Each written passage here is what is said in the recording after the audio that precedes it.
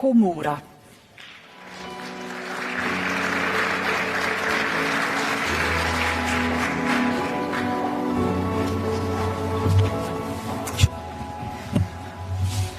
My name is Komura Masahiro, Parliamentary Vice Minister for Foreign Affairs of Japan. Today, on the occasion of the memorable inaugural Nuclear Energy Summit, I am honored to deliver a message on behalf of Prime Minister Kishida Fumio. As affirmed at the G7 Hiroshima Summit, chaired by Japan last year, it is time for all countries to aim to achieve their common goal of net zero through various pathways that are compatible with economic growth and energy security. To achieve this goal, it is essential to introduce clean energy to the greatest extent possible. Nuclear energy is indispensable, along with renewable energy and other measures. We must devise strategies to attract further investment, which is necessary to enhance the use of nuclear energy. Japan commits to thorough energy conservation and to prioritize renewable energy as its primary power source. At the same time, Japan will continuously reflect upon the lessons from the accident at the Fukushima Daiichi nuclear power station and ensure that the use of nuclear power places safety as its top priority. Excellencies, implementing green transformation, or GX, to enhance energy security, while also advancing decarbonization, is an important concern. Japan will work to push forward the restart of nuclear power plants, extend their operational periods, and foster the development and construction of new generation advanced reactors. Furthermore, Japan will promote research and development through global collaboration and strive to establish a robust supply chain.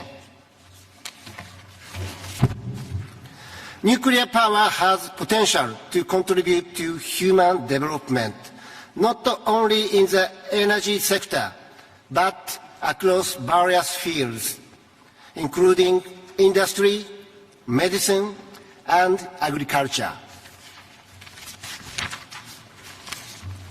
The IAEA's role as a promoter of peaceful use of nuclear energy is expanding as never before. Japan has recently decided to contribute a total of 18.5 million euros to initiatives such as Atoms for Food, improving monitoring for maritime states, including Pacific nations, and ensuring nuclear safety in Ukraine. Japan will continue to strengthen its cooperation with the IAEA across a wide range of areas. In partnership with the international community, Japan is committed to extending every effort to ensure the safe and sustainable use of nuclear energy and nuclear non-proliferation. This commitment aims to create an environment that forthcoming generations can cherish and uphold with pride. It is my hope that this summit will make significant progress in that direction. Thank you. Kishida Fumio, Prime Minister of Japan, led out by Komura Masahiro, Parliamentary Vice Minister for Foreign Affairs. Thank you.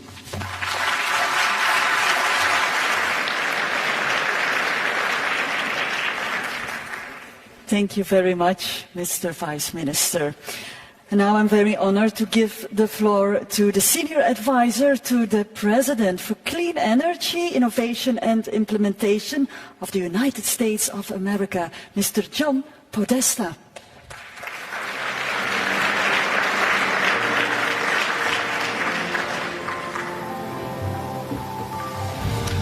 Good afternoon, and let me begin by thanking Prime Minister Ducreux and Director General Grossi for organizing and hosting today's summit and for driving a strong outcome.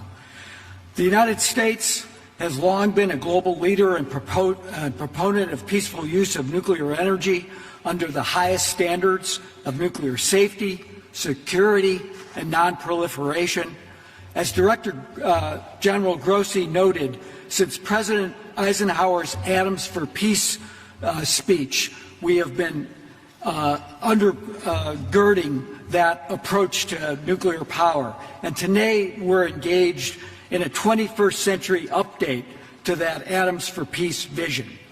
We see nuclear energy as vital to tackling the climate crisis and building a clean, resilient, and reliable energy economy, both in the United States and around the world. It's why the United States co-led a bold pledge with more than 20 countries at COP28 to triple global nuclear energy capacity by 2050. 2024, of course, is a critical year of implementation for that pledge. We estimate that the United States alone would need to build 200 gigawatts of new nuclear capacity to meet our domestic net zero 2050 commitment. We're getting to work. Nuclear fission is already our largest source of clean energy. Construction was recently completed on the AP1000 Vogtle 3 unit, and we're working to complete the Vogtle Unit 4 unit. When fully operational this year, Vogtle will be the largest source of clean, firm power in the United States. U.S. companies with support of the Biden-Harris administration are also building multiple advanced and small modular reactor demonstrations to speed their commercial deployment and make them ready for worldwide deployment by the beginning of the next decade. And fusion energy shows promise for helping us reach net zero by 2050, attracting over $6 billion for 43 fusion companies globally. 25 of those are located in the United States. The U.S. is committed to leading by example. As we demonstrate our success at home, we're shaping our tools to support responsible nuclear power deployment around the world. The U.S. Export-Import Bank announced a suite of financial tools at COP28 to support global deployment of small modular reactors. And in 2021 and 2022, the U.S. Trade and Development Agency completed a $10 million study for a large reactor project in Poland and a $28 million study for the first phase of an SMR project in Romania. The U.S. nuclear industry is ready to do its part to address the climate crisis and help the world build safe, secure, reliable nuclear power. We also need to work together to build safe, reliable, and secure fuel supplies that reduce reliance on any one country or actor. At COP28, the United States, Japan, Canada, France, and the UK announced we would collectively mobilize at least $4.2 billion in government-led investments to enhance enrichment and conversion capacity over the next 3 years, and we've already surpassed that goal just a few months later. We're committed to working domestically and globally to keep the 1.5 degrees C within reach and to make sure that nuclear energy does its part to build a safer, cleaner, better future for our entire planet. Thank you.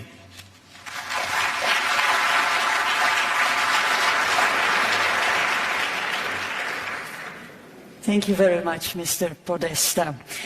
The goal of this gathering is to highlight the role of nuclear energy in addressing the global challenges to reduce the use of fossil fuels, enhance energy security and boost economic development.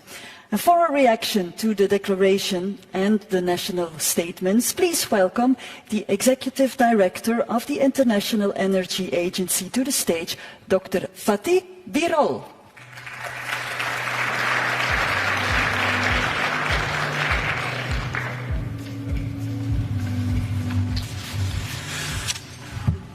Prime Minister De Croo, dear Rafael, ladies and gentlemen, a very good afternoon to all of you. Dear colleagues, at the International Energy Agency, we are a very lucky organization, fortunate organization, because we have all the energy data at our fingertips. All the projects, investments, numbers. And 2.5 years ago, in Paris, there was a major nuclear meeting 2.5 years ago.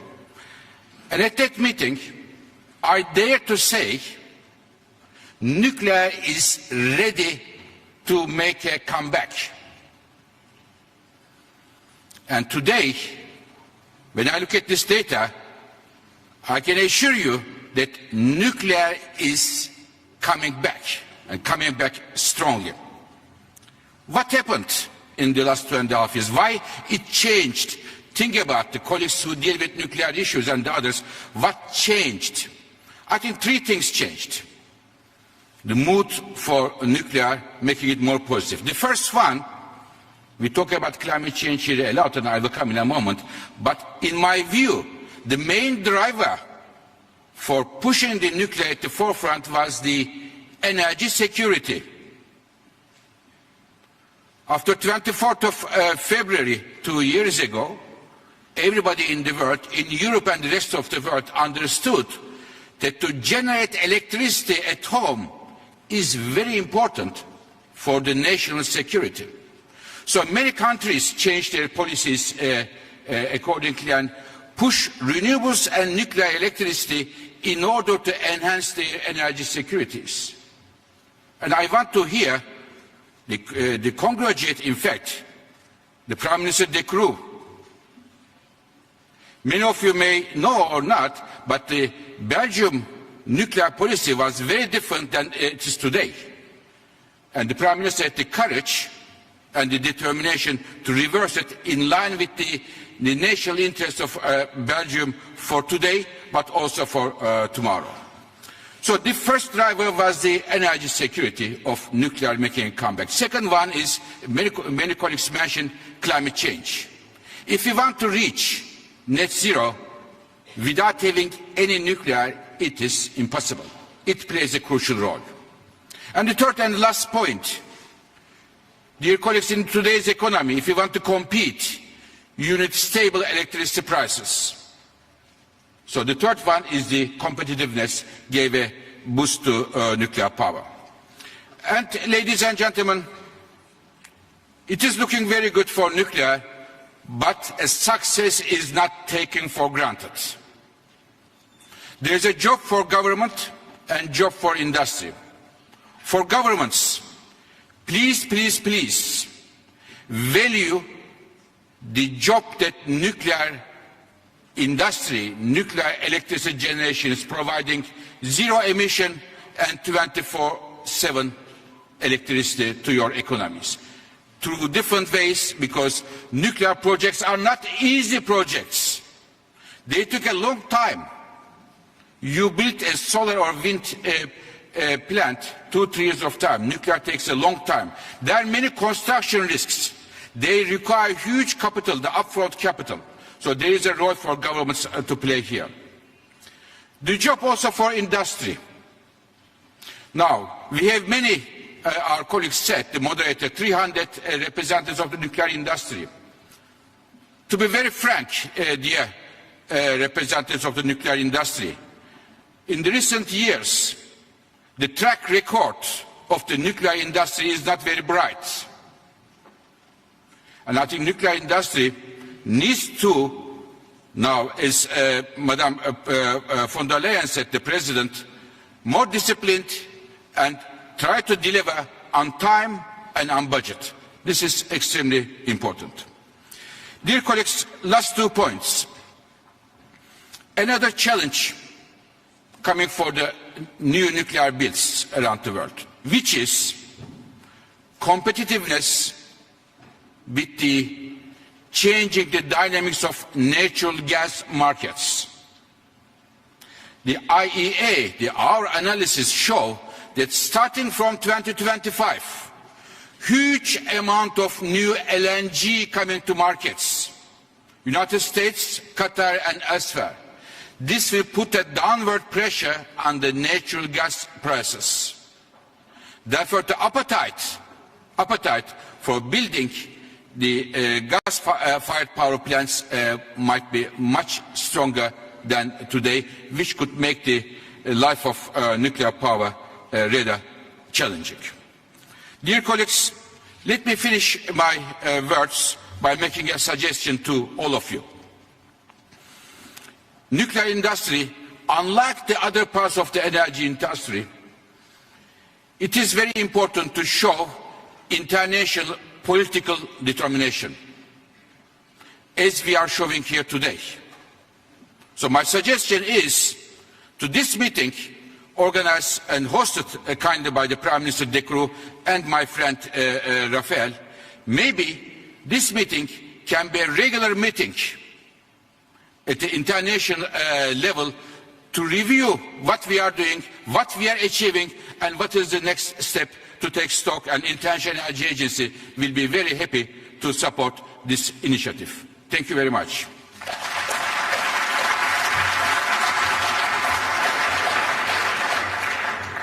Thank you, Dr. Birol. And as announced by the International Atomic Energy Agency's Director General, Mr. Grossi, in his opening remarks, the declaration has been adopted. So, once again, thank you and yes. Thank you, dear Excellencies, for your contributions to this summit. And we will now take a break and continue at approximately 1:30 p.m. with the remaining national statements. Allow me to invite you all for some refreshments, for a light lunch in the Delegates' Lounge in Event Hall 10. Thank you.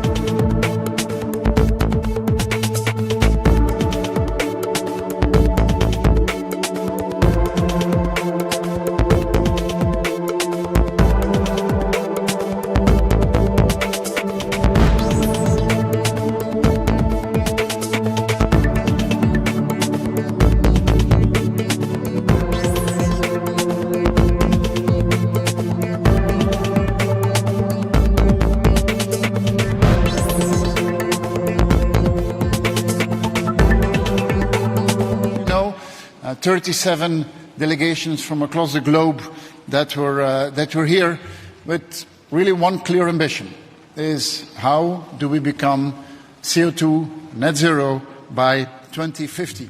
And as I said in my statement, we do this in the shadow of the atomium. And the atomium really is a showcase of the belief that in the 50s we had in science and in scientific progress, on how scientific progress can solve our big endeavors. More than ever, we need that. As humanity, we have never solved our big endeavors by putting progress in reverse. It's actually quite the opposite. We need to put progress one gear higher, and that means more investment, more innovation, more growth, but a different growth. And let us be clear on that.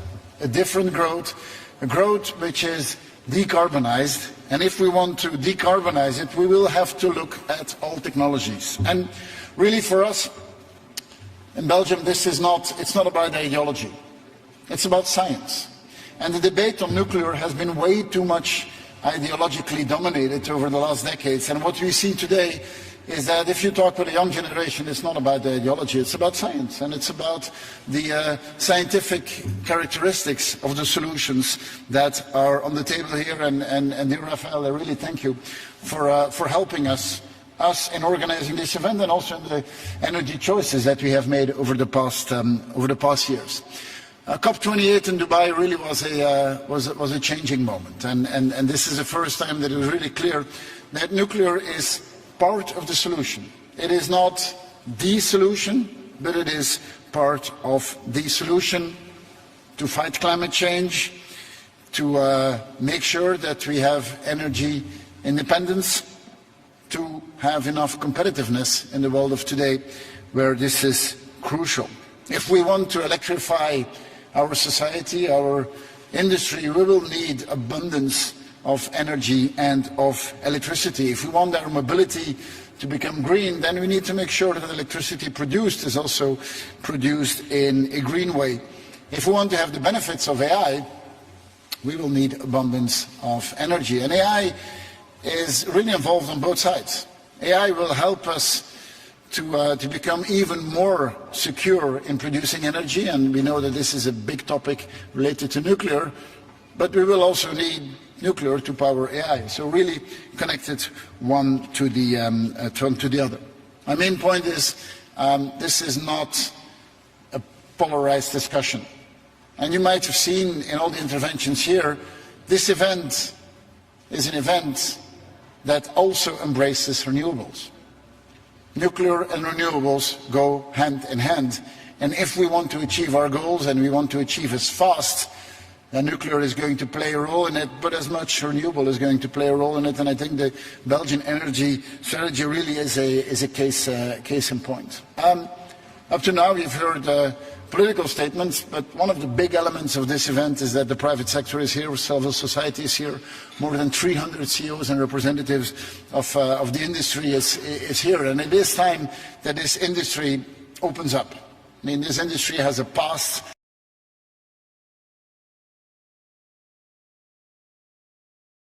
It's time to open up, and today we see the innovation that is happening. We see all the new developments in this industry, and this can only be to the benefit of everyone. So I'm extremely happy with the way this event has happened up to now, and I think that actually this afternoon the best is actually yet to come, because the discussions will be real interactive discussions this afternoon.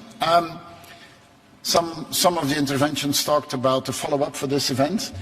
I agree. It does not have to be every year in Brussels. It can, but it does not have to be. But I think really it is the debate on nuclear has moved to center stage, and that's a good thing. Let's continue on that and have discussions that are as open but especially as ambitious as possible. Thank you, Alexander. And I wouldn't mind coming every year to Brussels. Brussels is a place of diplomacy. Brussels is a place for meeting halfway in so many ways. So I think it was of all logic that we would start this year.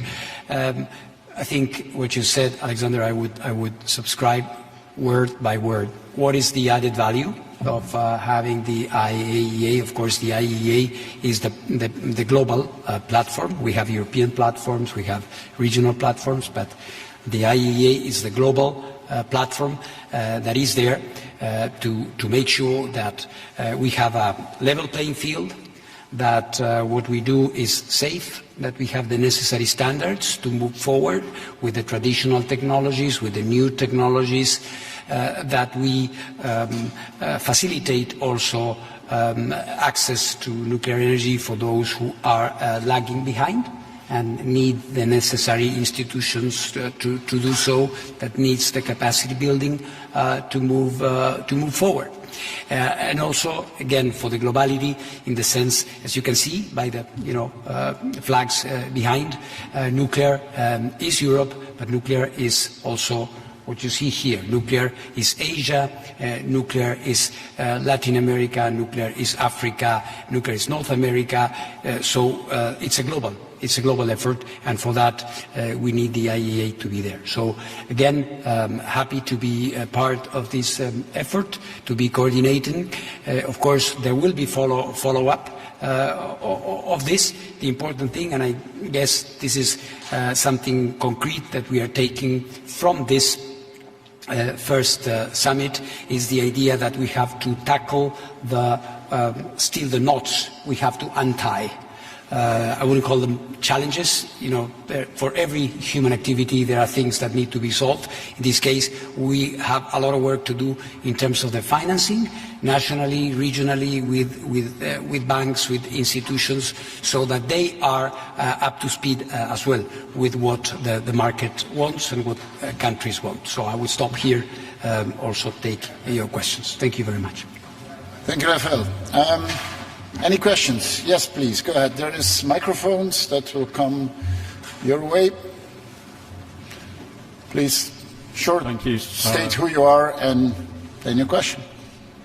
John Inger from Bloomberg News. Viktor Orban in his statement today talked about Russian nuclear fuel, but it's not just a problem that Hungary has. A lot of European countries are reliant on Russian supplies of nuclear fuel. How worried are you that this push for a nuclear revival is just going to play into the hands of Moscow when providing these kind of fuels? Thank you. Well, adapting supply chains take time, and doing it in a secure and reliable way takes time, but it is clearly one of the assignments to the industry and to governments working on this, is to adapt supply chains as fast as possible, and also there to disconnect from Russian supply. But we need to balance things. I mean, in a sense, if you want to decarbonize, if you want to reduce CO2 production, we need to make sure that our nuclear power plants can continue. And as said, we can do all the renewable in the world, and I'm a big fan of doing more renewables, but we'll need nuclear as well to reduce CO2 emission as fast as possible. Yes. Yes, please go ahead, sir. Yeah. Hello, Rumianova Kirelska from NucNet News Agency, Nuclear Power News Agency. My question is specifically to Mr. Grossi. How is your organization changing in line with the tripling of nuclear power capacity building across the world? Tell us a little bit if we are going to look at any changes in the International Atomic Energy Agency. Certainly, we are doing that very actively. One thing that we have done, for example, is that, you may have heard in the statements, there is a lot of reference to small modular reactors. People talk about that more than they know what exactly these are. And we at the IAEA have all the technology, information, and the capacity to help countries that are interested in this type of technology. We are giving countries the necessary, indispensable elements on a regulatory level to be able to host nuclear infrastructure safely. We are also, at the request of many countries, we are assisting them in evaluating their bids. You know that there is, of course, the IAEA is commercially neutral. We are at the service of every state, but they are approached, and very rightly so, by many vendors, and countries come to us so that we can give them an impartial look at things, considering what is their national infrastructure, their national possibilities, so that any move, any concrete move, is based on more solid, assumptions. Thank you.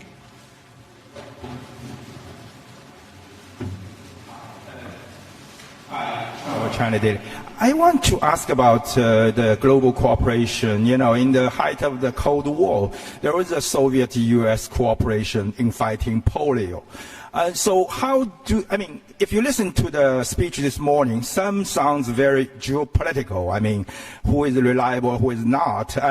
So if you talk about China, Russia, U.S., France, just give a few countries who are leaders in nuclear energy, how you would do to ensure global cooperation, not a bifurcation, of this, nuclear energy, because we're fighting the same enemy, climate change, and to achieve net zero. Thank you. I agree. We are always better off working together in the world in fighting our big challenges, and climate change is something where all of us are partners. We're all of us partners. In some other domains, we might be rivals or enemies, but in fighting climate change, we're partners. And definitely in nuclear, we see that on the issues, for example, of nuclear security, we continue working together, and that's to the benefit of everyone. On the energy strategy point of view, the more diversified you are of technologies and of origins, the more stable you are. It would be a mistake to turn our back to the rest of the world, and we Europeans have no intention of that. We want to continue to be open up to the world and continue trading with the rest of the world and continue investing together with the rest of the world, and I think that nuclear is one of those domains where there's many good reasons to continue working together. Yeah, there in the middle.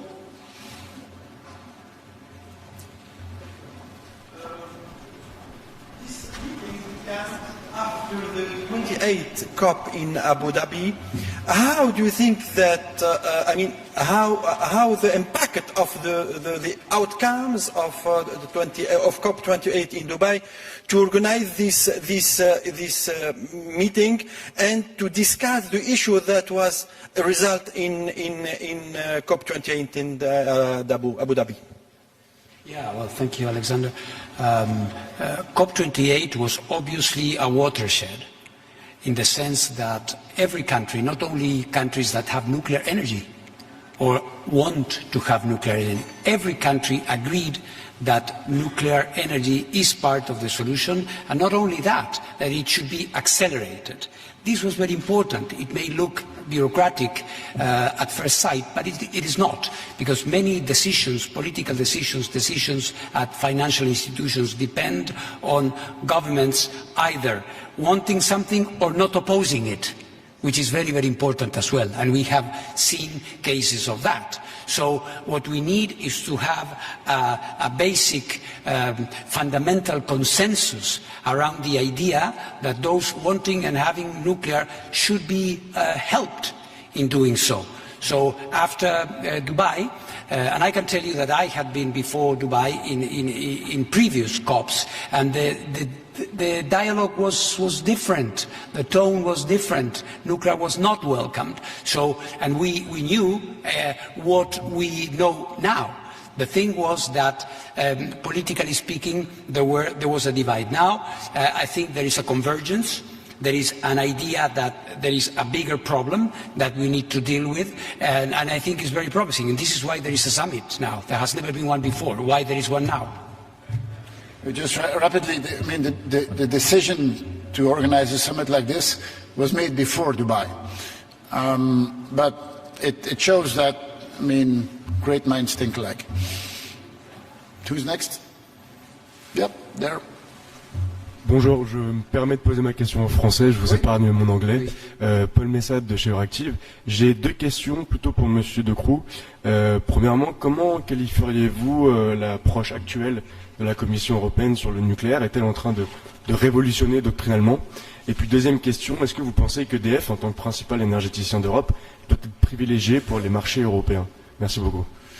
Je ne suis pas 100% sûr que j'ai tout pu comprendre. Mais donc la question était si on trouve que EDF a une position trop privilégiée dans le marché européen, c'est ça? Justement, il faut privilégier EDF pour le marché européen du nucléaire, du nouveau nucléaire. Privilégier EDF. Bah non, EDF c'est un opérateur comme il y en a d'autres. En Belgique c'est Engie, dans d'autres pays il y en a d'autres. C'est naturellement des opérateurs qui ont la plus d'expertise. Mais dans ce monde-ci, on a besoin de travailler ensemble. À un moment donné, l'année passée, je pense que beaucoup de centrales françaises étaient non actifs. Et du côté belge, on a fait ce qui était nécessaire pour éviter qu'il y avait un blackout dans le nord de la France. Il n'y a personne qui peut être une solution tout seul, mais on compte sur un secteur privé qui nous amène l'efficacité, l'innovation, etc. Mais on voit bien que pour ce genre d'investissement, l'implication de l'État est quand même assez important. Par rapport à la politique énergétique européenne dans le sens large, comme a été dit dans certains speeches, je ne pense pas que c'est une attente que chaque pays fasse du nucléaire. Pas du tout. Mais dans le mix global, il y en a certains qui le feront, il y en a d'autres qui se concentrent sur d'autres technologies. Ce qui est important, c'est d'avoir beaucoup d'interconnexions. Et là, il y a encore un travail énorme à faire en Europe. Le mieux qu'on sera interconnecté, le mieux que chacun pourra faire une différence dans sa spécialité. Alors, si on regarde les besoins d'énergie ou d'électricité dans les années à venir, on va devoir investir dans toutes les technologies. Et donc, je répète cela, ce sommet n'est pas un sommet qui est contre quelque chose. C'est un sommet qui est en complément avec d'autres technologies. Si on a un élément qu'on veut éviter au maximum, c'est les fuels fossiles. Mais si on veut les diminuer rapidement, on aura besoin de toutes les autres technologies. Yes, there. Thanks very much, Prime Minister Grossi Mundro from Deutsche Welle. I heard that one of the obstacles to scaling up nuclear is mobilizing financing. And in a situation where people are having to make the decision between renewables and nuclear, is it not potentially looking like wealthier countries are potentially shrinking the pool of funding for example, renewables that countries in Africa, for example, could likely afford, so that you guys can refurbish your old nuclear power plants? Interesting question. On the Belgian side, we're refurbishing it with our own investments. We're not using any external financing. It's 50-50, the operator, and we do the other 50%. So I'm not sure that multilateral financing is being used to refurbish plants in the Western world. There is a discussion now on the capacity of the European Investment Bank to be active in nuclear. And I think that is a valid discussion, and I'm in favor that they could.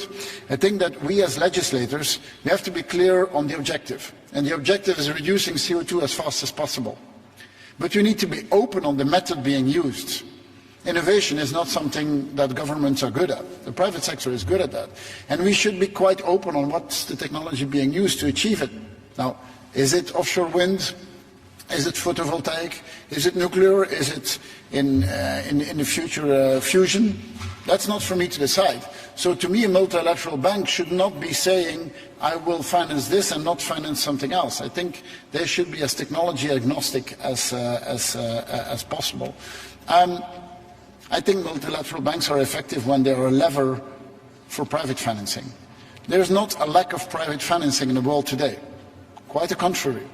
What lacks is the right circumstances to get that private financing going, and there the multilateral bank should be a lever to multiply the private investment. Maybe two more questions, and then I fear we have to go. Yes, there, and then we'll go that side. Afsa Alami, Al Jazeera Net. First, you were talking about all the flags behind you. And in the Arab world, we have a lot of countries. So my question is, what is the problem? Why we don't have a lot of Arab countries talking nuclear now? My second question, where did the Iranian nuclear agreement reach? Thank you. Well, maybe rapidly, Egypt is here, Saudi Arabia is here. I don't know if Pakistan, Bangladesh, you could count it as Arab countries. I mean, but saying that the Arab world is not here, I think is not correct. But maybe Rafael can help me out here. And here we don't have like 4. Okay, that's an assignment for the next summit. But I think that if you look here, every continent is present except for Australia and New Zealand. Okay, last one there.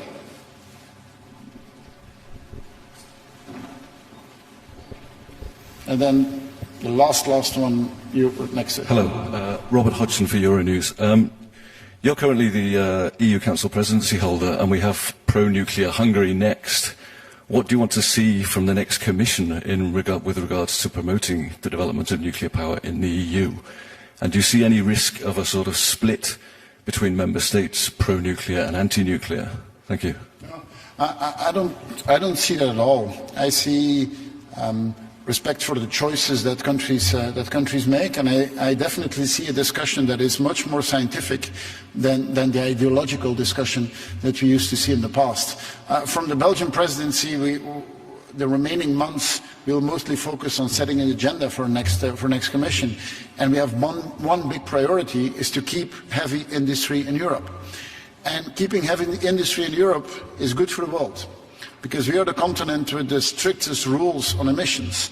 So if heavy industry leaves here, everyone loses, because it's moving away from a place where the rules are extremely strict. And keeping heavy industry here, there's a number of elements in that, but access to clean energy is one of the main factors. But to me, it's not choices to be made. It's a good mix to have had, and in a good mix, nuclear plays its role. All right, last question. Where is the microphone? You might have to scream. No, it's coming. Thank you. Sarah White from the Financial Times. I just wanted to ask a last thing about the Russian supply chain. Is there a risk that a gulf could open up between the EU and the US on this, given that the US has made some moves towards thinking about ending their dependency on Russian nuclear fuel, and could eventually be more prone to wanting to bring in sanctions? Thanks. That question comes again and again. I think the fuel market has a reality and a certain share where a Russian provider is there with a share of the market. There are efforts in the United States, for example. There is important investment in this regard. In Europe, a little bit less, but there will be more, I guess. But let's make sure that, as the Prime Minister was saying, this is not about using nuclear energy as a political pawn, but rather look at the necessities and the needs of countries. There are certain long-term infrastructure projects where you may have Russian fuel that may change in the future. It will take some time. In other cases, new builds are coming without any Russian supply of fuel. So I would warn again against this point of having good nuclear against bad nuclear. I don't think this is conducive to what we need to have in the global energy market. Okay, thank you. Enjoy. Thank you. I have to run to do some interviews.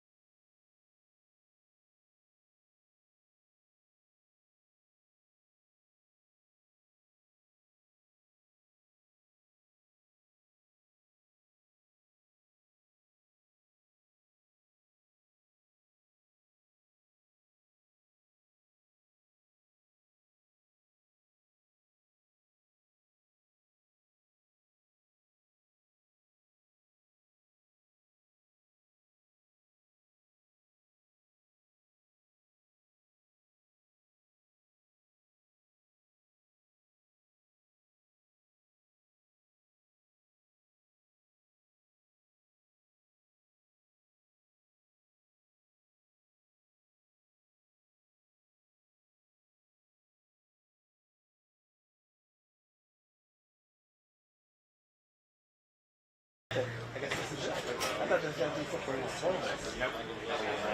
it's like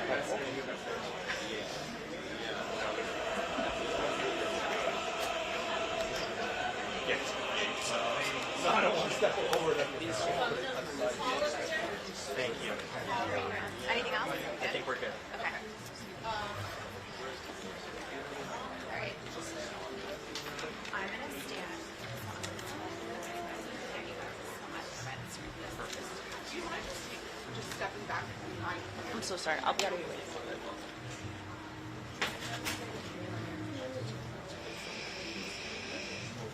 Everyone's so serious. I know. Did something happen? Is that good?